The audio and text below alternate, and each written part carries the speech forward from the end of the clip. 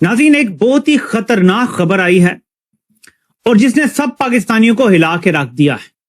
और मैं आपके सामने वो खबर पढ़ता हूं क्योंकि हमारे सारे खदशात दुरुस्त साबित होना शुरू हो गए हैं।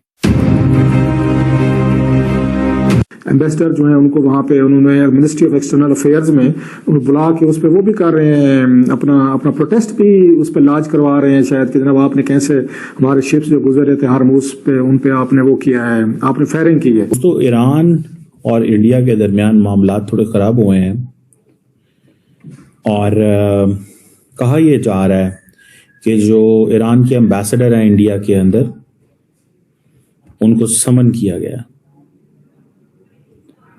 और वो समन इसलिए किया गया है कि एक इंडियन शिप जो है वो स्ट्रेट ऑफ हार्मुज में थी और वो वहां से क्रॉस कर रही थी। उसको पहले ईरानियों ने अलाउ किया और बाद में उसको रोका कि भाई आप नहीं जा सकते। तो इस बात पे इंडियंस ने प्रोटेस्ट किया और कहा कि भाई आप ये ऐसे कैसे कर सकते हैं। इंडिया में जो तैनात ईरान के सफीर मोहम्मद फतह अली हैं उनको तलब किया और इस सिलसिले में अपना एहतजाज रिकॉर्ड कराते हुए गहरी तशवीश का इजहार किया। इसराइली और अमरीकी मीडिया ने दावे शुरू कर दिए हैं। इसराइली सोर्सेज ये बता रहे हैं कि ईरान के ऊपर दोबारा जल्द बमबारी शुरू हो सकती है। 24 घंटे पहले पाकिस्तान खुश था, वो इस्लामाबाद में आएंगे और सदर ट्रंप आएंगे। मुज़ाकरात बढ़ गए, ट्रंप की पाकिस्तान आने की खबरें भी 2 नंबर। ये बहुत खौफनाक रवैया है, इतना खौफनाक रवैया है कि ये हॉन्ट करेगा, ये ताक्कुब करेगा और ये पीछा करेगा। अभी से नाज़रीन चीखें सुनाई दे रही हैं। पाकिस्तान को rock and a hard place में फंसा दिया है मीर जाफर ने। हम लाते हैं टॉक शोज और अनलिमिटेड एंटरटेनमेंट सिर्फ यूट्यूब पर। अगर आपने अभी तक हमारा चैनल सब्सक्राइब नहीं किया तो अभी सब्सक्राइब करें और बेल आइकॉन को क्लिक करके हमारी लेटेस्ट वीडियोस के बारे में अपडेट जानें। के बाद भारत सरकार ने तुरंत एक्शन लिया। नई दिल्ली में ईरान के राजदूत को तलब किया गया और विदेश मंत्रालय ने अपनी गहरी चिंता ईरान के सामने जताई। भारत के विदेश सचिव ने साफ कहा कि हॉर्मुज में भारतीय जहाजों पर फायरिंग बेहद गंभीर मामला है। उन्होंने ये भी याद दिलाया कि पहले ईरान ने भारत को सुरक्षित रास्ता देने में सहयोग किया था और अब भी वही उम्मीद की जा रही है कि सहयोग जारी रहेगा। ईरान को समझना होगा कि अगर गलती से दोबारा ऐसा होता है कि भारतीय जहाजों पर हमला किया जाता है तो भारत ऐसा एक्शन लेगा जिसे आप सोच भी नहीं सकते हैं। How can you do this? उस बात पे वो जो एक डिमार्च कह लें या समन कह लें या कुछ भी ऐसा जो है वो किया गया है और हालात थोड़े से कशीदा हैं। बल्कि मैं एक बड़ी इंटरेस्टिंग चीज़ देख रहा था, अभी किसी ने कमेंट भी किया हुआ था कि फ्रांस के अंदर जो है आपको इंटरेस्टिंग मैं मिसाल देता हूँ। लेबनान के अंदर इंडियंस जो हैं वो एक फ्रेंच पीस मेकर पे उनको उस पर उन्होंने कहा है कि भाई क्यों मरा है, वो मारा गया वहां पे किसी वजह से। उसको फ्रांस का कहना है उसको हमास ने मारा है। अच्छा, किसी ने कमेंट किया हुआ था इजराइल ने इतने बंदे मार दिए हम वहां पे लेबनान के अंदर, लेकिन इंडिया की एक स्टेटमेंट नहीं है।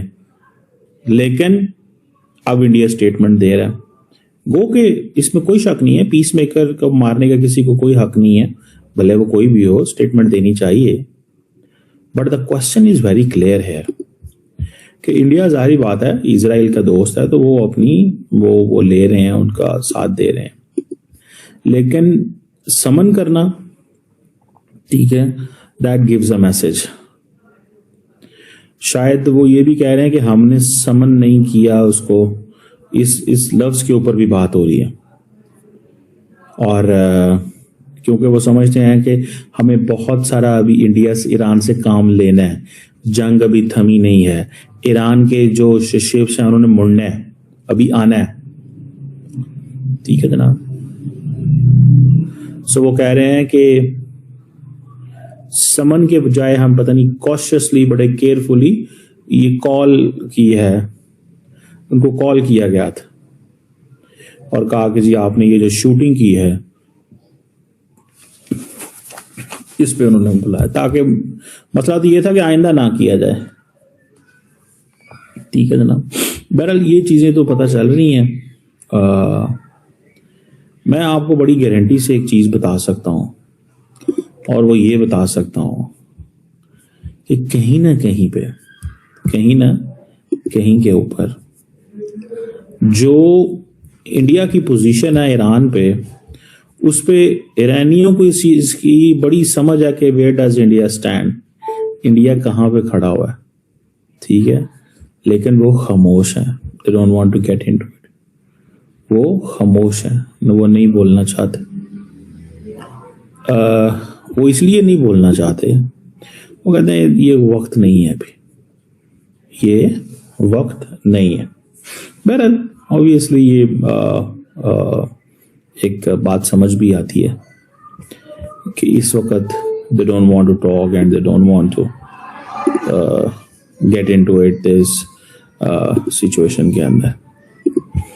लेकिन क्या हालात बेहतर हो रहे हैं? मुझे नहीं लगता। आपको बताया था कि एक इंडियन जहाज भी मौजूद था जिसका नाम तब्दील किया गया, तो इंडिया ने उसके ऊपर रद्द-ए-अमल दिया है और इंडिया ने आबनाए हुर्मुज़ में 2 इंडियन जहाजों पर, मैंने आपको एक से मुतालिक बताया था, इंडिया कह रहा जी हमारे 2 जहाजों पर फायरिंग करके रुख तब्दील करवाया गया है। तो उन्होंने ईरान के साथ बाकायदा एहतजाज किया है और उन्होंने इंडिया में जो तैनात ईरान के सफीर मोहम्मद फतहली हैं उनको तलब किया और इस सिलसिले में अपना एहतजाज रिकॉर्ड कराते हुए गहरी तशवीश का इजहार किया है। अच्छा, अब स्ट्रेट ऑफ हुर्मुज़ को जो बंद करने वाला मामला है उसको ट्रंप कहते हैं जी ये ईरान का ना 47 बरस से जारी एक पुरानी आदत है और ईरानी रहनुमा आबनाए हुर्मुज़ को बंद करना चाहते हैं, लेकिन अमेरिका उन्हें इजाजत नहीं देगा कि वो हमें ब्लैकमेल करें। तो अब वो इसको ब्लैकमेलिंग समझ रहे हैं। लेकिन जिस तरह से मैंने आपको बताया कि उन्होंने कम से कम 3 जहाजों के ऊपर हमला किया है, तो अब ऐसे सूरत हाल क्या है, क्या एक बार फिर जंग की तरफ जाने का हालात पैदा हो गया है? 2 खबरें आप सुनेंगे तो आपको अंदाजा होगा। पहला तज्जिया है, अल जजीरा का तज्जिया है और अल जजीरा कहता है कि resumption of war more probable than any kind of negotiation. उनके मुताबिक इस वक्त ज्यादा इम्कान ये है कि दोनों मुल्कों या दोनों फरीकैन के दरमियान एक बार फिर जंग शुरू हो जाए। अच्छा, एक तो तनाज़ा यहाँ पे है, उससे हट के तनाज़ा ये है कि ज़ाहिरन लेबनान के अंदर सीज फायर हो गया है, लेकिन लेबनान की सीज फायर के बावजूद हमने ये देखा है कि इसराइल वहां पर बमबारी जारी रखे हुए है। तो जब आप बमबारी जारी रखेंगे तो फिर किस तरीके से आप ये समझ सकते हैं कि सीज फायर हो रहा है। दूसरा, इस वक्त जो वॉल स्ट्रीट जर्नल है उसने दावा किया है कि US military reportedly preparing to board Iran link ships in coming days. उनके मुताबिक इस वक्त अमेरिका की फौज इस बारे में तैयारी कर रही है कि इंटरनेशनल वाटर्स के अंदर जो ईरान के मुख्तलिफ ऑयल टैंकर्स हैं या उनके कमर्शियल जहाज हैं उसके ऊपर बाज़ाब्ता तौर के ऊपर कब्जा किया जाए। तो जब ये सारी सूरत हाल हो तो क्या आप समझते हैं कि तनाज़ा आपके जब जहाज़ों का ये मामला है, यानी ये जहाज़ों को आप कह रहे हैं कि अमेरिका के मुख्तलिफ जंगी जहाज आएंगे, उनके फौजी उतरेंगे और वो फौजी उतर के जो ईरान के मुख्तलिफ जहाज होंगे जिसमें उनके ऑयल टैंकर शामिल होंगे या उसमें उनके कमर्शियल जहाज होंगे उसके ऊपर आप हमला करेंगे। तो क्या ईरान क्या करेगा?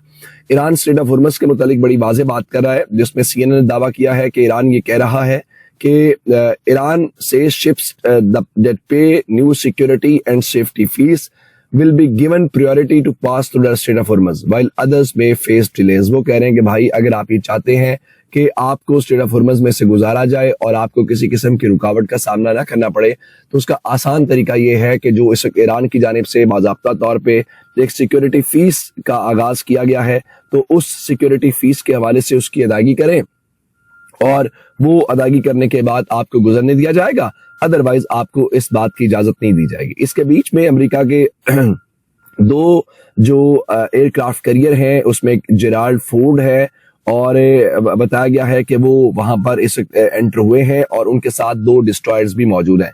एसोसिएटेड प्रेस ने लिखा कि the US aircraft carrier USS Gerald R Ford has entered the Red Sea accompanied by 2 destroyers. Destroyers का मतलब ये है कि वो कोई बड़ा तमाशा लगाना चाहते हैं। तो आपको ये वीडियो कैसा लगा कमेंट बॉक्स में जरूर लिखिए, इस वीडियो को लाइक कीजिए, शेयर कीजिए, सब्सक्राइब करना ना भूलिए आपके चैनल EFC और जेड को। मिलते हैं अगली वीडियो में। जय हिंद।